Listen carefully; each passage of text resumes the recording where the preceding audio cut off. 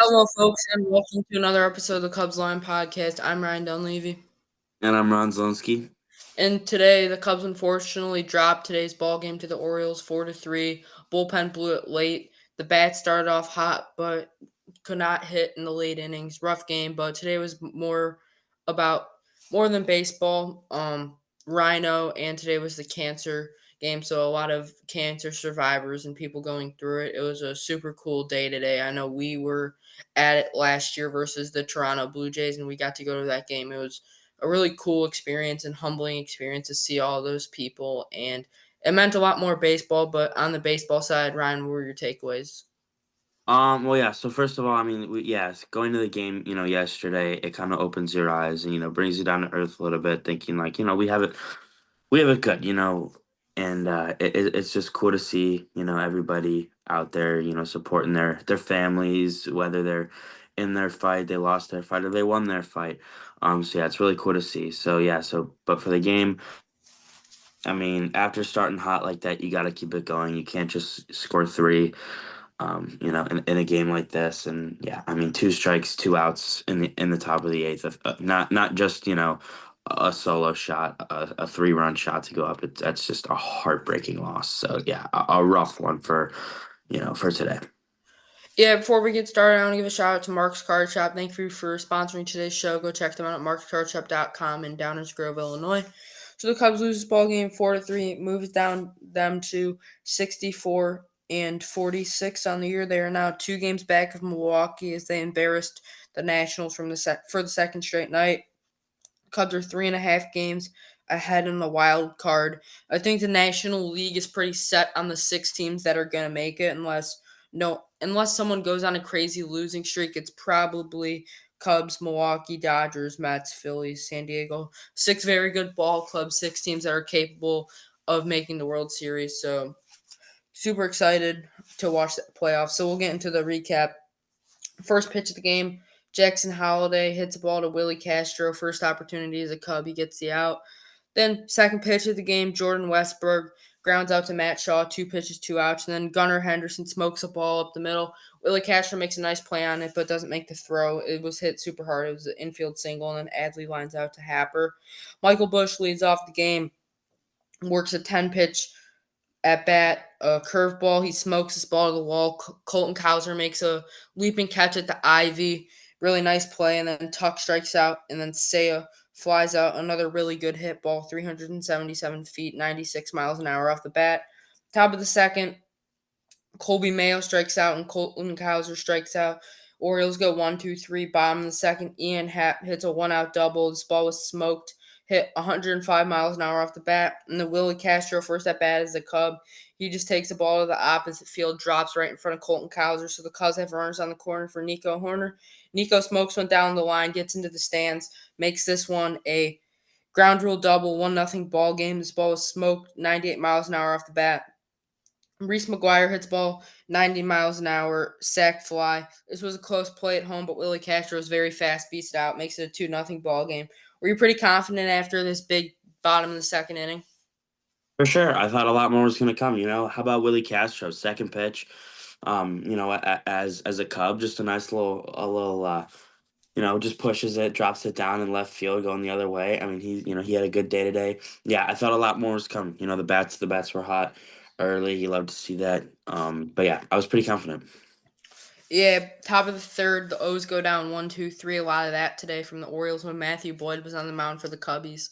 Bottom of the third, with 1 out, Kyle Tucker hits the ball to foul territory. Colton Cowser makes a great leaping catch, reaches his glove into the stands, makes the grab. Seiya with a 2-out walk, and then PCA strikes out.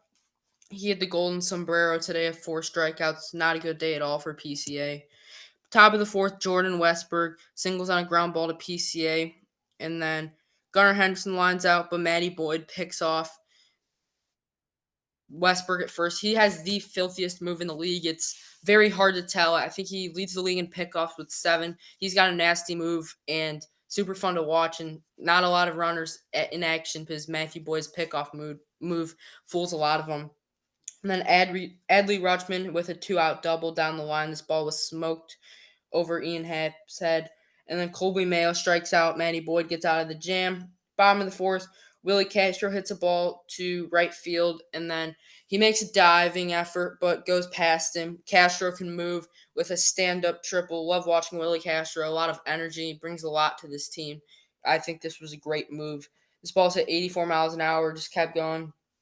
And then Nico Horner smokes a ball 101 miles an hour for a single to right field. Nico just had a day today. Him and Willie Castro in the 6-7 hole were amazing. And then Reese McGuire flies out. Matty Shaw hits a ground ball to Westberg, but he is it was a field error, but I would have gave him a single personally because Matt Shaw was there, but it was a bad throw. That's kind of a judgment call, but I thought it was a hit. So 2 runners on, but Michael Bush flies out. This ball smoked 101 miles an hour. He jumps on a first pitch fastball, but right to Dylan Carlson. Top of the fifth, Dylan Carlson hits a weak ground out, kind of in between the triangle of the catcher, pitcher, and third base. Matty Boyd decides he wants to take himself, slings a slide arm throw. Beautiful play. Pitchers are athletes too. That's a gold glove play right there. Sports Center top 10. Cowser strikes out, and then Jackson smokes a ball to Nico Horner. He just kind of bobbles it. Couldn't come up with it. Infield single, but then Luis Vasquez strikes out. He gets out of it. Cubs go down 1-2-3 in the bottom of the fifth, including Tucker and PCA strikeouts. Top of the sixth, Willie Castro made one heck of a play. He runs into the hole between first and second, and fields it, does a little toss with his glove, and gets the out. That was a really smooth play and shows the versatility that he can make plays at any play, any position in the diamond. Then Westberg strikes out, Henderson strikes out. Matty Boyd's cruising. Bottom of the sixth, Corbin Martin comes in to replace Thomas Yuki Segundo. Not a terrible start at all. Nico gets it going with a 2-out single, and then Reese McGuire lays down a beautiful bunt in between the pitcher, catcher, third base. No one comes up with it. Love to see it there. That was a great bunt from McGuire. Kind of catches the third baseman sleeping, playing really back on him. Great piece of hitting from McGuire. And then Matt Shaw strikes out on a curveball in the dirt. Don't like to see that. Top of the seventh, Matty Boyd finishes off strong with a 1-2-3 inning. Hell of an outing from him again. Bottom of the seventh, Grant Wolfram comes in to replace Corbin Martin. Tuck hits a ball up the middle, 1-out single. Say walks. You got 2 runners on, 1 out. You got your 4 and 5 coming up. PCA strikes out again on a 3-2 pitch that was ball four. Inside, he just goes after it. It was a really bad swing there. Could have had bases loaded, 1 out with Happy up, but then he hits a soft ground ball to the pitcher. 3 outs. Top of the eighth, Brazier comes in. He walks Colton Cowser on 4 straight pitches. One of them was competitive, but besides that, nothing was really competitive there. Then Jeremiah Jackson smokes a ball to PCA. So you got 2 runners on. Taryn Vera comes in for Luis Vasquez, lines out to Nico Horner. This ball was smoked 101 off the bat. Nico makes a nice play, tries turning two, but doesn't get him. Thielbar comes in for the lefty. Holiday grounds into a force out. Nico Horner to Willie Castro. Castro kind of gets tangled up. He can't turn the double play. Then Westberg comes up. He hits a ground ball to right field. This ball was smoked at 100 miles an hour. Makes this a 3-1 game. A great piece of hitting from Jordan Westberg, as we've seen him continuously hit all series. And then Gunnar Henderson, a 1-2 pitch. Thielbar, literally middle. Like, this is the most perfect pitch for a hitter. Gunnar turns on this ball and hits a bomb 416 feet, 111 miles an hour off the bat, his 13th on the year. Then Thielbar walks Adley Rutschman on 4 straight pitches. He was kind of frazzled after the bomb, but then he gets Colby Mayo to ground out. Only a 1-run game. Um, Real quick, I just want to. I mean, on a 1-2 count there, so he threw a sweeper. So 82 middle. I mean, that's any good hitter is gonna hit that one out or do some damage on that. I mean, I feel like it's 1-2, so it's not 0-2, so you're not trying to be not competitive, but I think that's a time for his nasty curveball, go up and in, try to get him swinging at it like a sword, something like that. Go down and in, like I just don't get the call going middle there. I don't know if that was the call and he just missed his spot, but I mean, yeah, you can't throw off speed middle like that and expect to get an out. Yeah, I totally agree with that, especially against Gunnar Henderson, who's one of the best young players in the game right now. And even if that's not Gunnar Henderson, any good big league hitter is going to take that ball into the stands 400 feet. And then to bottom of the eighth inning, Yanni Cano comes in. Willie Castro swings at the first pitch, hits a good ball, but it's right to Colton Cowser for one out. Nico Horner on a 1-1 pitch swings at a low sinker and grounds out. This ball is smoked, but Jackson Holliday is so smooth that shortstop. He's a stud. And then Reese McGuire strikes out at a pitch in the dirt again. He swung at two pitches in the dirt that at bat it really should have been ball four. He swung at three balls. Not what you like to see from McGuire. Personally, I would have went to Carson Kelly there, but he did work a good at bat in the ninth inning, so I'm not complaining. Top of the ninth, Tyler Rogers comes in, makes his Cubby debut. 1-2-3, gets a K. I liked what I saw from him a lot today. And then bottom of the ninth, Keegan Atkin comes in for the save opportunity. Matt Shaw grounds out on the first pitch that he sees. It was a good hit ball, but just right to Jackson Holliday. Super smooth. And then Carson Kelly works a hell of an at bat. 8 pitch. He fouls off 4 pitches in that at bat. He sees a low changeup, ball four. John Birdie comes in to pinch run. And then Kyle Tucker, it was a 2-2 count, and he swings right through a low changeup that I think would have been called a ball, but you got to at least make contact with that there. And then Seiya Suzuki works another hell of an at bat, walks on 6 pitches. And then PCA starts off 0-2, works a 2-2, fouls off 2 pitches, and then swings right through a changeup high where PCA likes it as well. Cubs lose this ball game 4-3. Talk to me about the Cubs' inability to put through runs in the last couple of innings. Well, we've seen it, I mean, even, yesterday, they only had one, but their bullpen was able to shut the door. I feel like in a game like yesterday where, your bullpen comes in, shuts the door, wins you a 1-0 ball game, you can't expect to win this one 3-1, even 3-2, You're not going to have 2 days of near perfection. Yesterday you had pretty much perfection. Today, you're expecting near perfection. I still think it was near perfection. It was one bad inning, right? From the bullpen. So I'm not going to put too much blame on Thielbar. It was a bad pitch, but he's been so good for this team. I'm not going to put the blame there, but you know they just have to start hitting with guys in scoring position. PCA here, he makes contact with that pitch. I think that's way gone. I think they win this game. Like, do you think if he can connect with this, I mean, it's could be gone, could be a base hit.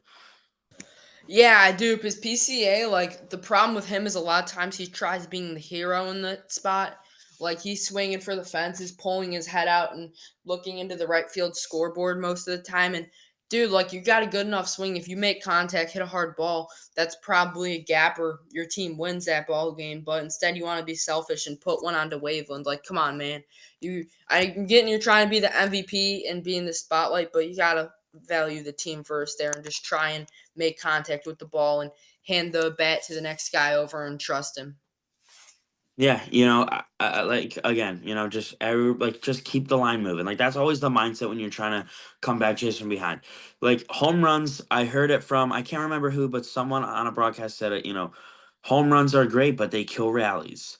Like if it's 5-2 and you got a guy on first, you value a double over a home run because if you hit a home run, the pitcher can reset. No one's on base, right? Just keep the line moving. You don't have to hit a home run every at bat.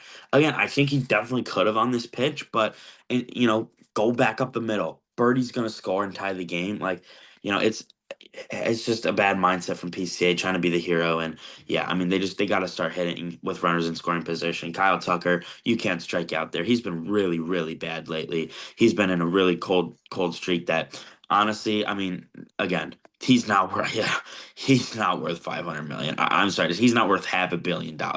If he's gonna get paid that, I don't even want him. Yeah, he had 3 strikeouts today, and him and PCA combined for 7 out of the team's 11 strikeouts. That's brutal. Supposed to be two, they're MVPs, and one with 3 strikeouts, the other with four. That's just garbage. There's no excuse for that, especially when you're facing a right-handed pitcher that's more lefty favored.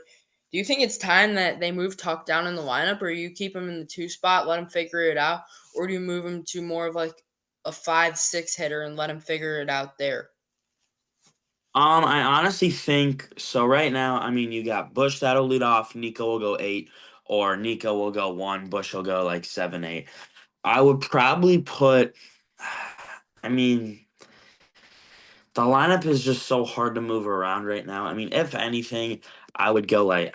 I mean, even like if anything, I would go like Bush 1, Nico 2, or like Nico 1, Bush 2, and then put Tucker maybe at like 5, and then move everybody up or something, something along those lines. But yeah, I mean, I would move him, but it's kind of tough with this lineup. This lineup is very set right now.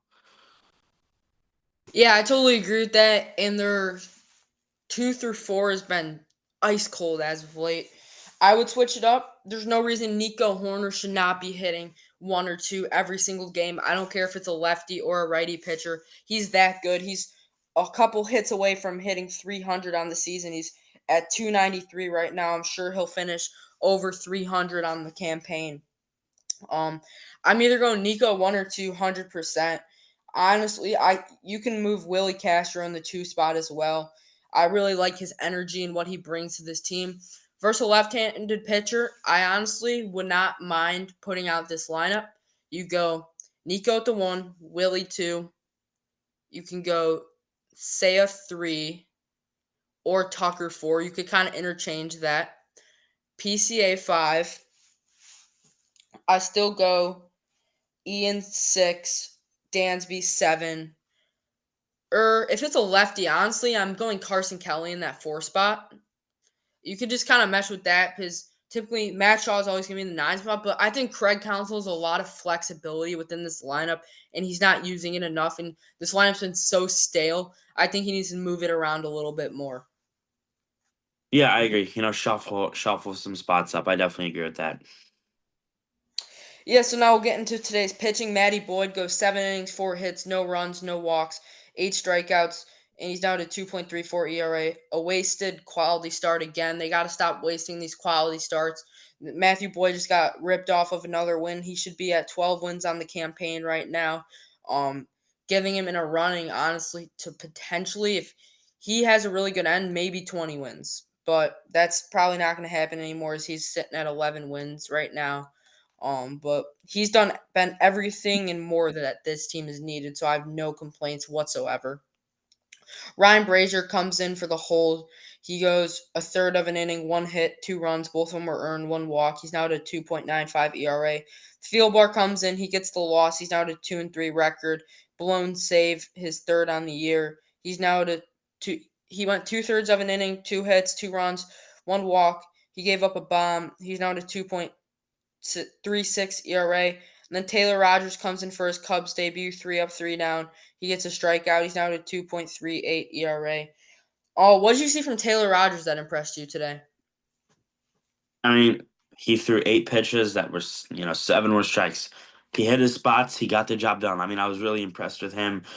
Brings another, powerful lefty arm in this bullpen. But yeah, I mean, he hit his spots. He didn't miss today. Yeah, 100%. I've loved what I've seen from him. So now we'll get into player of the game. I don't care if he didn't get the win. Matty Boyd definitely for sure, but Nico Horner showed out today for Rhino. He went 3 for 4 on the day with 2 RBIs. Just a I hell of a called day. it. I called it. Yeah, me and you actually did say this that Nico and Hap were gonna have field days. Hap didn't have a field day, but a huge double. But Nico, he wore the flip sunglasses, iconic for Rhino. Just a hell of a player. And if I'm the Cubs, I'm extending him, and he's one of my top priorities because he's the heart and soul of this team, man. Yeah, again, back, the drought, I mean, it's been ongoing, but I mean, he seemed like he was the only player who cared in Milwaukee. So, yeah, I mean, he's the heart and soul right now. But for my player of the game, debut Willie Castro, triple single, hard hit ball that he got out onto. I mean, he had a great day, brought the energy. So, yeah, I'm going to go Willie Castro, give him some love. Yeah, he's a great acquisition. So my first question is there anything that Craig Counsell could have done different with his bullpen, or are you fine putting Brazier in that situation with Thielbar relieving? I mean, a 3-run cushion is okay for Brazier. If it was 3-2, I'd be upset, but I'm fine with the 3-run lead for Brazier. He went to field bar in an okay time, but I honestly think he played it okay. I'm not gonna lie. I'm not gonna put this on Craig. Yeah, I don't blame him at all. Brazier's been very good this year. That was the one kind of hiccup he had. He's been very consistent for this team and a very solid arm ever since he came back from the IL. He has playoff experience. I have no complaints with Ryan Brazier or Craig Counsell. My next question is, so three Cubs have made their debut so far. All three have been successful. Kit went 1-2-3. Taylor Rogers went 1-2-3. Willie Castro 2 for 4 on the day with a triple. What do you see all four of the Cubs acquisition roles, and how do you maximize and get the best versions out of these four guys? So for Andrew Kittredge, I would probably put him in a situation of like the guy who, let's say Cade, Ray, someone goes 5 innings. I say put him in the sixth. Follow up the starter, go an inning because I don't think he's kind of earned the high leverage innings yet, but I feel like he shouldn't just kind of, sit there and only pitch in blowouts. I think he could play a big part in this team. So for Taylor Rogers, he could become a seventh, eighth inning guy. Obviously, I mean, Palencia's the closer. That's been established. But I think Taylor Rogers, a left-hander, he's at a 2.38 ERA. Phil Bar's at a 2.36. Very similar, both lefties. I think Rogers can play a seventh or eighth inning role in this team. Willie Castro, I mean, splitting 50-50 with Matt Shaw. I liked the Dansby off day, putting him at second, putting Nico at short. I think, again, he's a utility guy. He can play anywhere. So I really like, anybody has an off day, Willie Castro's filling in for him, and I would like him to split a lot of time with Matt Shaw. So expect to see a lot from Willie Castro this year. And then for Mike Soroka, 3 or 4 starter, I think. Yeah, I totally agree with that. For Kittredge, I could see him as kind of like a sixth inning man almost. Say the starter goes 5 innings, I put Kit in the sixth. I think Danny P and Brad Keller have kind of established ninth, eighth inning with field bar. Taylor Rogers, honestly, I think he could be your shutdown lefty man. You need to play a matchup. Say you're playing the Oh yeah. the Dodgers in the playoffs, and you got Freddie Freeman. Put Taylor Rogers in to make the lefty lefty move and get him out. I think he's a big weapon, lefty lefty. Yeah, I was just gonna say. I mean, the matchups kind of like that. The lefty righty matchups. They're huge in the playoffs. So we might not see the absolute max from Taylor Rogers in the regular season, but come playoff time, I mean, anytime you need a lefty to come and throw, an inning or even at bat, I mean, obviously, you need to face, I think, what is it, 2 or 3 at bats now? Um, Something like that, yeah. yeah, you expect to see Taylor Rogers in that role. Yeah, I really like the acquisition of Rogers and Soroka. Probably a 3-4 starter, as you said. Maybe gets a playoff start or a long reliever. And then my next question is 7, 8, 9. Kind of building off on this bullpen question. What's your ideal seventh inning, eighth inning, ninth inning? Who are your three guys? Are we talking like 1-run game, like 1-run lead? 1 run lead, yeah, or not 0-0, kind of whatever. Okay, so for right now, I mean, I'm probably gonna, obviously, Thielbar. I mean, Thielbar is still my eighth inning guy. Um, today didn't change that. No one's perfect. But so for 7, I'll probably go Brad Keller in the seventh, eighth Thielbar, ninth Palencia, seventh. Maybe you can switch out Keller and Taylor Rogers though. So Danny P's got the ninth inning for me, and then I'm either going Kit, Rogers, Keller, Thielbar, kind of depending on who's coming off. If you got righties, then probably Keller and Kit. If you got lefties, then you got T Rod and you got Thielbar. Yeah, and then my next question is, when do you pull the plug on bringing up Ballesteros, Casey, and some of these young guns to give this team a spark? I mean, it's tough. So September, I mean, do you bring up Owen Casey September 1st? Like, I mean, I think so. He deserves it, man. Like, Yeah. what? He's been in AAA for 2 to 3 years. He's balled out. He's hit over 280 every season. The power's starting to come along. He's a above average defender, and if he's going to truly get reps in right field next year, I don't want to be another, no offense, I don't want another Matt Shaw where he's figuring out the big leagues as he's the Cubs starting third baseman. I want Owen Casey on the bench, learning from these older guys, watching the game, seeing how MLB is, because it's a completely different step up from AAA. I want him to get the experience down, playoff experience. So if he is the Cubs starting right fielder next year, he's ready to go and he has a couple MLB at bats under his belt as well. Yeah, I like that. I mean, Mo Baller deserves a spot now. Like, there's no reason why John Birdie and Justin Turner should be on the team over Mo Baller. He had one of the clutchest hits of the season, and they moved him down the day after. He deserves a spot right now. I think. I mean, I don't know. I think so. Does the playoff roster does it shrink or expand? I never. Expand. I always forget. Expand. It's 28 man. So there you go. So I think, I mean, you got to go. You, I think Casey Mobile are on the playoff roster. I honestly think so. I agree with that. Those are two really good pieces and can provide a spark to this team as well. All right, so now we'll take a look around the Yes. MLB. So the White Sox threw a one-hitter tonight against the Angels, led by Aaron Savali, and the bullpen was lights out for 3 innings as well. Kyle Hendricks gets a loss, but he was phenomenal as well. All it took was a Kyle Steele RBI single. The Rays shut out the Dodgers tonight in LA, 4-0. Yandy Diaz with the two-homer game. Junior Caminero solo shot. Drew Rasmussen was lights out. This was Blake Snell's return. Sorry, this game was actually in Tampa because they did the kind of video and stuff for Blake Snell. The Blue Jays beat the Royals 4-2. Max Scherzer with the heck of a start. David Schneider 2-run single. Scherzer struck out 5. The Rockies beat the Pirates 8-5 and secure the series W. The Rockies take the lead with 6 runs in the 6th inning, so another big comeback W for them. The Phillies lost to the Tigers tonight 7-5. Tarek Skubal struck out 10 in the W. Skubal versus Wheeler. Kind of expected to be more of a pitcher's duel. Bryce Harper hit a 2-run shot. Kyle Finnegan earns the save, his first as a Tiger. The Brewers beat the Nationals 8-2. Christian Yelich with the solo shot. Brandon Woodruff was lights out and moves up to 3-0 on the year. The Red Sox beat the Astros 4-3. Trevor Story hit a 2-run shot. I believe this went out of the stadium. This was a bomb. Christian Walker with a 2-run homer as well, but the Red Sox come out on top.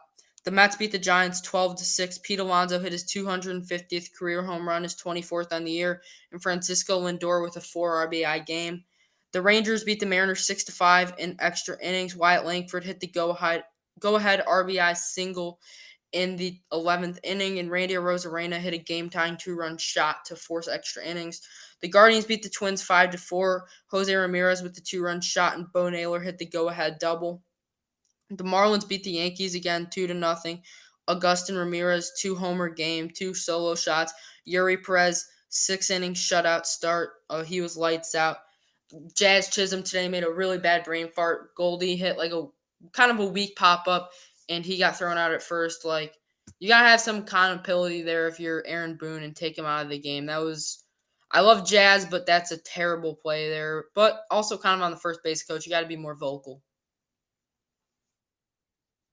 Yeah, I agree with that, but like, you gotta take him out, right? Like, this is not, coach pitch. Like, y- that's just so bad. Like, you have to take him out of the game, teach him a lesson. Like, that is just, everybody makes mistakes, but that's just inexcusable. Yeah, 100%. That was really bad, especially for a guy who's one of the stars of baseball and faces the franchise. The Reds and the Braves game got suspended in the bottom of the 1st inning. All it was really a Austin Hayes RBI single, and that was enough to call it. I saw it was flooded on the field. It was really bad. And so they'll finish that game up tomorrow. The D-backs beat the Athletics 7-2. Corbin Carroll with the solo shot and Ketel Marte with the solo shot. Zach Allen shoved. The Cardinals beat the Padres 8-5. Pedro Pajes with a 3-run home run. He's starting to become a problem in that Cardinals lineup as they try and fight for a wild card spot, but I don't see it happening. And then a preview for the rubber match tomorrow for the Cubs. On the bump is Colin Ray. He's 8-5 on the year with a 4.25 ERA. And for the Orioles, it's Brandon Young. The 26-year-old is 0-5 on the year in 8 games. He has a 6.63 ERA, so it's inexcusable if the Cubs do not win this ball game tomorrow. Yeah, you know, win it 6-0, make a statement, get a win, and go beat the Reds. Yeah, for sure. I don't really know how the Reds series is going to work tomorrow because they are suspending that game. So I assume they'll make it up later if it really matters. But I don't see any of those teams really making the playoffs. So probably doesn't really matter in the long run. Oh wait, yeah, I was just gonna say, wait, why don't they play a doubleheader? But they're in Bristol right now, so that is pretty interesting. Yeah, it is for sure. And I always like to highlight tomorrow, the Sunday night baseball game is the Tigers versus the Phillies at Citizens Bank Park in Philly. On the bump for the Tigers is Charlie Morton in his Detroit Tigers debut. And for the Phillies, it's Chris Sanchez on his dominating season. So now we'll play MLB Pickle. Ryan, give me a first player. Real quick, I do want to say the White Sox falling out right now. I have a hot take. They have about 51 games left. As much as I don't like them, I think they might win 70 games this year. Yeah, I mean, they are They're, I think, 43 28 right back, now. 28 games back of 70 wins. Yeah, so they would have to go like 28 and 22. Definitely doable with how they're playing. Yeah, they've been a lot more fun to watch for sure as of late. Definitely. Like last season when I didn't know half the guys, and now you got Colson Montgomery, Lenny Sosa, Kyle Teal, Jose Caro, Shane Smith, all these young guns that have come up. They're a lot more enjoyable to watch. Definitely. On that note, I will do Brooks Baldwin for the White There we Sox. go. He's not in the AL, probably a righty from the USA. Ready, US. Will Smith. He's in the NL Central, a righty from the USA. Mason Miller. Uh, yeah. Wait, NL Central. NL West, my bad. Mason Miller's not. My Oh, apologies. He's not on the Padres. He's around 26 years old. I mean, just go Rockies, Zach Gallen. Try to. I'll go Doyle from the Oh, holy crap. Brent Doyle from the Rockies. I promise, That's that was right. a random guess. Wow. I promise you guys. I was just like thinking players on the Rock. Brent Doyle. I did not do this early. I promise you guys. So Wow. second What a base, guess. that was a pretty good guess. I'll give it to myself there. Was Second base with a 6+ WAR season. Goat Ryan Sandberg. Altuve. Oh yeah. Oh yeah. Definitely.